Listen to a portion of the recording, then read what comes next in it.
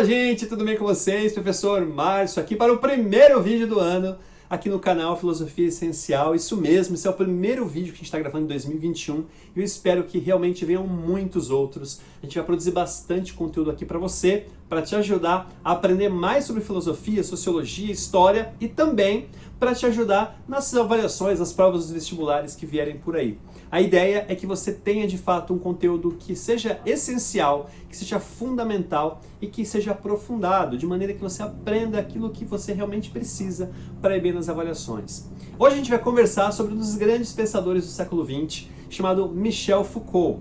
Foucault, pessoal, ele nasceu em 1926 e morre em 1984, mas deixou um legado muito importante para a história da filosofia e que até hoje, né, as pessoas discutem as suas ideias, obviamente, por serem de fato essenciais. A gente vai trabalhar duas perspectivas sobre Foucault, pessoal. A gente vai conversar um pouco sobre a questão do poder e a sua abordagem na questão da moral também. Pode parecer que não, mas essas duas realidades estão conectadas no pensamento de Foucault. E é isso que faz com que ele seja tão importante para as nossas discussões. Beleza? Então, desde já deixa aqui a sua curtida, já se inscreve no canal e já ativa o sininho aqui em cima para que você possa fazer com que esse canal cresça e leve conhecimento para outras pessoas também.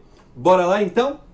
Pessoal, quando a gente começa a falar de Foucault, a sua primeira obra, ela já vem aí com um tema bastante polêmico, tá? Que é a História da Loucura, de 1961. Foucault ele cresce, pessoal, dentro de um contexto hospitalar. O pai dele é um médico muito importante na França e ele acaba tendo contato com várias realidades, com várias perspectivas, inclusive a ideia da loucura. Isso mesmo. A gente sabe que no contexto do século XX, principalmente no início do século XX, muitas pessoas eram internadas como loucas em hospitais, em sanatórios, em hospícios, e esses locais eram realmente locais de tortura muitas vezes. Essas pessoas eram tratadas de uma maneira muito ruim. E aí o Foucault ele vai estudar o contexto da história da loucura e ele vai tentar entender como é que se encaixa então essa ideia de loucura. De onde ela surge e por que existe então uma pessoa chamada de louca. Para a gente continuar essa nossa conversa, pessoal, é importante que você entenda que Foucault ele é enquadrado por muitos pensadores da atualidade como tendo uma dinâmica bastante estruturalista, né? Ele tem uma abordagem estruturalista. Apesar de o próprio pensador, o próprio filósofo, não se reconhecer dentro dessa abordagem, tá? Por que estruturalista? O que seria então o estruturalismo? Existe um pensador também chamado Ferdinand de Saussure, que ele vai criar uma concepção, uma ideia de que a sociedade ela cria relações culturais e essas relações culturais elas acabam dando significado às coisas. Então a gente poderia pensar, por exemplo, da língua, né? A língua falada, a língua escrita. Em vários locais do país, algumas palavras têm um significado próprio, cultural. Ou seja, elas atendem às expectativas daquele contexto social, tanto estrutural, né, das instituições que definem ali as organizações daquela cultura, daquele lugar especificamente, e que vai ser diferente de uma outra realidade. Então, por exemplo, a linguagem falada, a linguagem escrita num contexto de norte do país, ela vai ser bem diferente do sul. Apesar de falarmos a mesma língua, a gente sabe que nós temos variações aí de dialetos, de pronúncias, enfim. E isso tem a ver com uma estrutura, com um contexto social. É o que define então o estruturalismo. É essa ideia de que a estrutura, o contexto que a pessoa vive, define então aquilo que a sua linguagem, aquilo que a forma como ela se comunica quer dizer.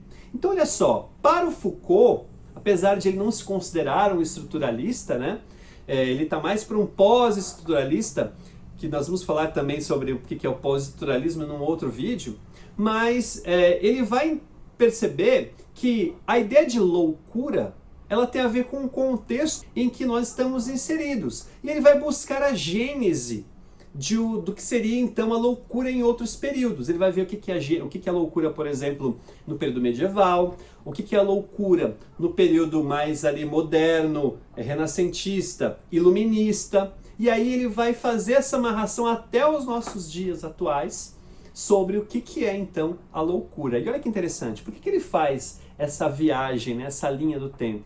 O Foucault ele tem uma influência bastante interessante também do filósofo Nietzsche. que você já deve ter ouvido falar, tem uma discussão bastante profunda sobre a genealogia da moral. E aí, olha só, na genealogia da moral em Nietzsche, você vai ter a construção histórica do que é a moral. Na genealogia da loucura, proposta então pelo Foucault, ele vai buscar o sentido, o significado do que é a loucura, historicamente falando, mas também para os nossos dias. Isso é muito interessante. Além de fazer essa crítica, então, à construção do conceito de loucura, historicamente falando, Foucault vai fazer uma crítica e também, né, obviamente, uma reflexão sobre como essas pessoas são tratadas nessas instituições de poder com o fim de discipliná-las de certa forma. E olha só, a palavra disciplina em Foucault ela tem um papel muito importante, nós vamos falar daqui a pouquinho também nesse vídeo ainda. Mas veja, então o que ele vai propor? Não basta só você ser uma pessoa dócil, obediente às regras, mas, sobretudo, você perceber que a obediência às regras, a obediência às leis, tem muito a ver também com a sua relação com a regra. Então Foucault vai discutir tanto a questão dessas pessoas chamadas loucas, que não estão adequadas ao convívio social, às estruturas determinadas pela cultura daquele contexto, daquele ambiente, mas também como é que essas estruturas vão impor a dominação, vão impor ali a sua carga sobre os indivíduos, né? Tornando esses indivíduos dóceis, subservientes, quase que domados à obediência social, à obediência cultural. Por quê? Porque existem duas questões aqui. Uma delas é o indivíduo que obedece à lei, mas o indivíduo que entende o seu papel de obediência às regras porque elas são importantes, porque elas têm um contexto. Então, não é só, em Foucault, né? Não é só uma questão de obedecer à regra em si, mas é você internalizar aquilo que ela está propondo, porque você compreende que aquilo é bom também. O louco, geralmente, ele não compreende as regras, ele não entende e por isso ele não obedece. Então, a princípio, em Vigiar e Punir, ele vai discutir a ideia de como é que as instituições sociais, elas acabam controlando a postura do indivíduo na sociedade, determinando como é que ele vai agir, como é que ele vai se comportar. E aí, né, por isso, vigiar e punir, aquele que primeiro você vigia para ver se está todo mundo obedecendo o que é para ser obedecido, e depois você pune como forma de tornar dócil e subserviente essa pessoa. E aí depois ele vai mostrar numa outra obra, que é a Microfísica do Poder, como é que essas pessoas se tornam quem elas são. Porque, veja, a sua subjetividade, a sua identidade, ela é construída culturalmente. E se culturalmente você se sente uma pessoa oprimida dentro dessa dinâmica social, as pessoas vão assumindo os corpos da opressão. Você percebe que uma pessoa, por exemplo, que vive num contexto de rua, uma pessoa que vive numa dinâmica bastante precária, o corpo dessa pessoa revela a opressão que cai sobre os ombros dela.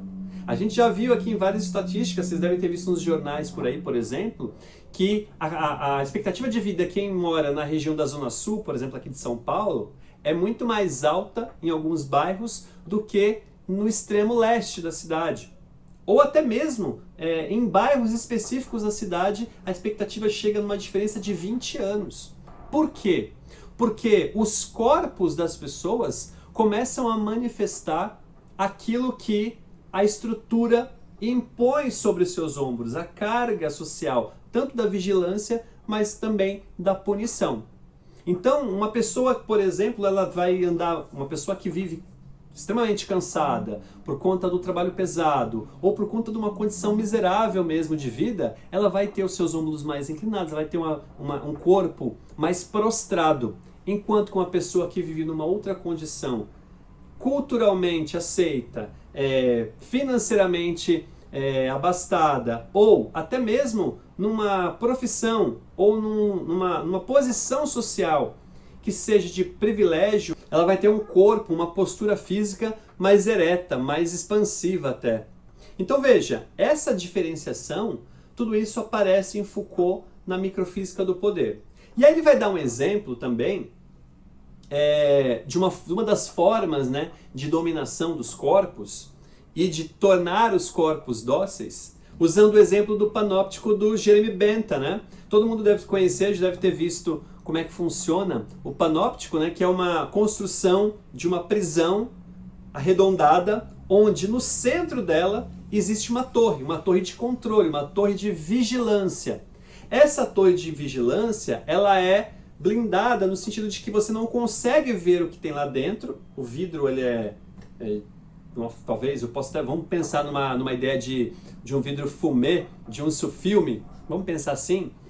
Mas então essa pessoa, os guardas ali, eles estão blindados, de certa forma, e nas celas de frente dessa prisão, elas têm uma janela no fundo, e essa janela, ela tem uma luz que não permite de forma alguma que essa pessoa que está ali presa, ela se esconda. O que isso quer dizer? Quer dizer que o guarda, dentro da torre central, ele consegue ver a todos, porém ele não é visto.